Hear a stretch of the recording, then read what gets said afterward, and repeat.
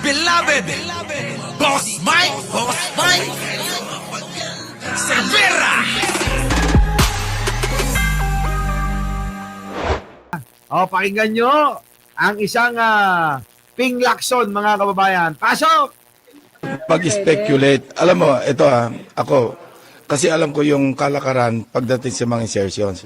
Hindi mo alam yan, Marcoleta, tumabi ka. Di ba, mga kababayan ko? Alam ba ni Marcoleta yan eh? Minsan, mga kababayan, hindi nga umubra sa talino ni Ping Lacson yan eh. Di ba? Ito, pakinggan nyo yung banat naman ni Ping Lacson dito. Hindi niya pinagtatanggol si Pangulo pero ang pinag-uusapan yung facts. Tulad ng ginagawang ninyo. Ito na.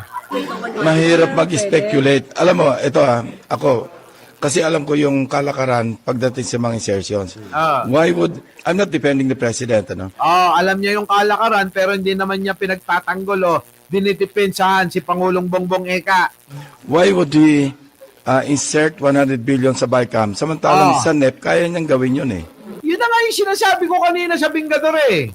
Kundi ba naman mga hindi yata pinag-asipan? Parang si Panutya lang. Panutya, tanong ko lang, hindi kaya ikaw rin ang nasa likod ni Saldico? Hindi kaya kayo yung nambubuyo sa kanya?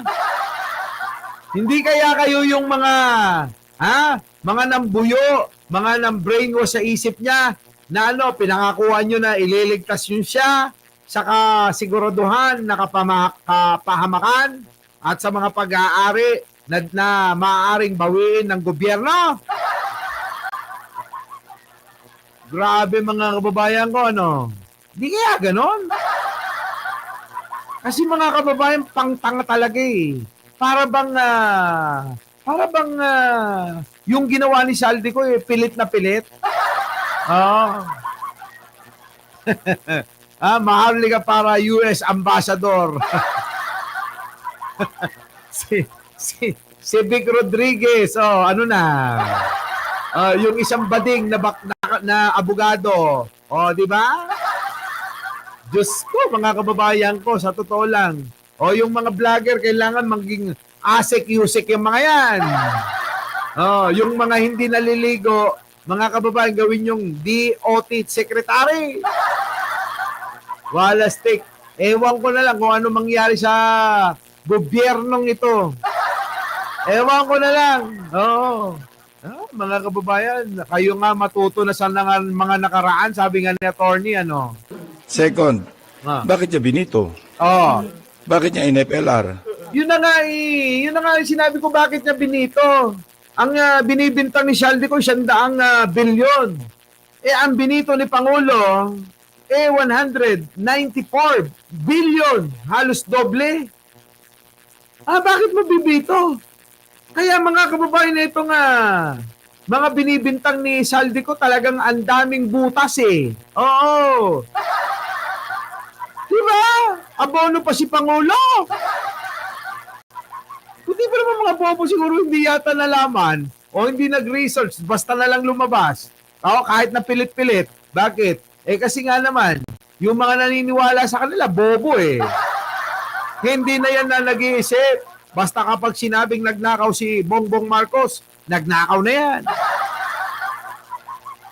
Diba? Mga kababayan ko, ninakaw niya yung generator na 10. Binuhat niya sabay-sabay. Paniniwalaan nila eh. Diba? Paniniwalaan ng mga DDS yan. Mga bobo nga eh. Sabihin nyo, halimbawa ako, magsasalita na ako, gagayahin ko na si Saldico, si Pangulong Bongbong, ninakaw yung 10 generator, sabay-sabay niyang binitbit, diba? Yung generator ay 5,000, hindi lang, mga 30,000, 100,000 watts. Yun, 10, sabay-sabay, binuhat. Parang ganun lang pero pinaniniwalaan ng mga DDS yun. Oy, sabi ni Mike Cervera, bumaliktad na. Nagnakaw daw si Bongbong Marcos ng 10 generator na 100,000 watts. Oo. Kada isa. At yung mga kababayan, paniniwalaan nila. Hindi na nila iisipin gano'n baka bigat yung 100,000 watts. Di ba? Oh, di ba? Hindi nyo paniniwalaan. Basta isipin na, nagnakaw ng generator, tama na yan. Mga bobo nga emotion science Oh, panoorin nyo, pakinggan nyo si Ping Lacson. Mahirap mag-speculate. Alam mo, ito ako, kasi alam ko yung kalakaran pagdating sa mga insertions. Sabi niya Why yan. would, I'm not defending the president, Why would he insert 100 billion sa BICAM samantalang sa NEP kaya niyang gawin yun eh. Second, bakit Sa NEP pa lang kaya niya nang gawin yon. Kundi ba naman alam nyo si Pangulo matalino yon. Matalino yon. Di ba? Matalino yon. Never po mga kababayan na may magsasabing mga mahina. Yung nagsabi nga mga nakakulong na Oh. Yung unang nagsabi na hindi matalino si Pangulo, yung nagsabi na weak leader, mahina daw, mga kababayan, parehas nakakulong na Oo. Sino? Si Kibuloy tsaka si Digong. Tama mali? Ayun, parehas nakakulong. Kaya mga kababayan ko sino ba talaga mahina? Si Digong o si Pangulong Bongbong? Siguro masasabi natin na ang mahina yung nakakulong. Tama mali? Oh, yan. Yan ang sinasabi ko di ba? Ito na, tuloy. siya Benito? Bakit niya in-FLR? Kita. Insert 100 billion sa BICAM samantalang sa NEP kaya niyang gawin yun eh. Second, bakit niya Benito? Bakit niya Benito? Di ba mga kababayan, isipin nyo maigi to. Siyempre yung mga DDS, tabi muna kayo dahil hindi naman kayo nag-iisip, Hindi nila iisipin yon. Oo nga naman, bakit Benito ni Pangulo? Lugi pa! Mag-aabono ka dyan. Magiging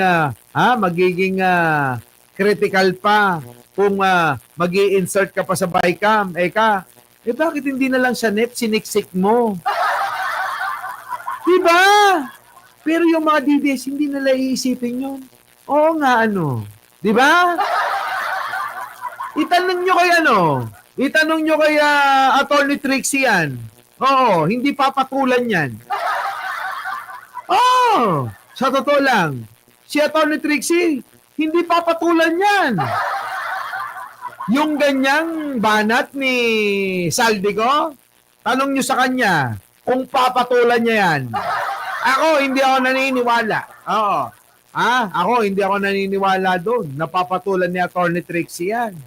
Alam ni Attorney Trixie, na hindi uubra yung ganyang mga kwento nila. Di ba, Attorney?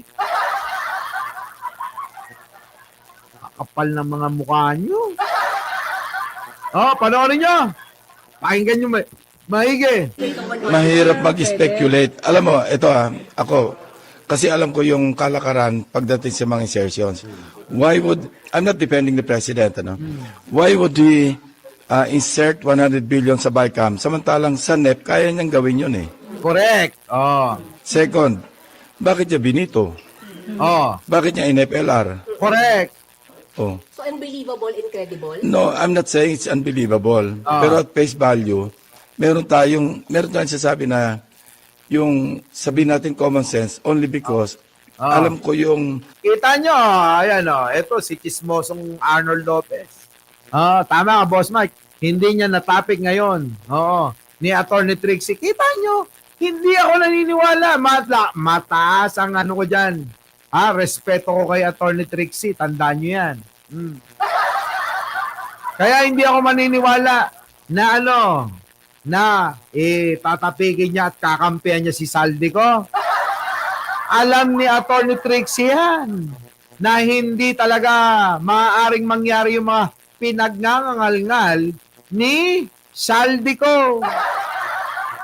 Si Sara Duterte lang naman ang naniniwala dyan, mga kababayan, na totoo Kasi sa lahat yata ng abogado, sila ni Empoy ang magkatabi ng upuan siya. Raw 5. Hindi ho siya malapit sa basurahan. Malapit sa tapunan ng basura. Diba? Ganun Siyempre, tuwan-tuwa dyan si Atty. Empoy. Diba? Sasabihin na Atty. Tama si Saldico. Diba?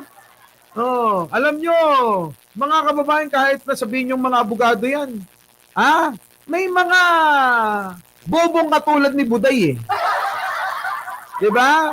May mga bobong katulad ni Atty. Empoy Diba? Yung mga ganyan na hindi na nagpa-practice ng kanilang profesyon, tandaan nyo, mahihina ulo niyan. Malamang laging talunan yung iba nga di ba? Tulad nung isang abogado na mahilig maghamon ng debate. Hanggang ngayon wala pa rin panalo. Ibig sabihin, bubu, mahina ulo. Tuloy.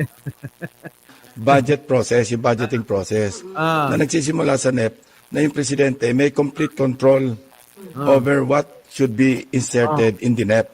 Correct. So kung ganun na pala, ba't sa BICAM pa siya magpapa-insert? Tama. Na hindi siya part ng BICAM. Hindi siya part ng BICAM Di ba? Ang tanga-tanga, mga kababayan. Ay, naku, mga bobo kayo. Lapit-lapit kayo sa akin. Kulit mo, nasan ba yung tubo? Tutubuhin natin yan. Kulit mo, nasan ba yung tubo? Tubuhin mo yung mga DDS para naman tumali-talino. Kulit mo, nasan ba yung tubo? Narinig nyo, Sa dapat sa NEP lang, sinabihan niya na yung DBM, sinabihan niya yung DBCC, uy, maglagay kayo ng 100 billion sa DPWH. And Diba? okay, after assuming na totoong nagpa-insert sa BICAM, ba't yung bibito? Diba? Kulit mo, nasan ba yung tubo? Tanga-tanga lang mga DDS talaga. Meron pa ako nakitang post, may naiiyak pa. Malapit na raw yung hustisya.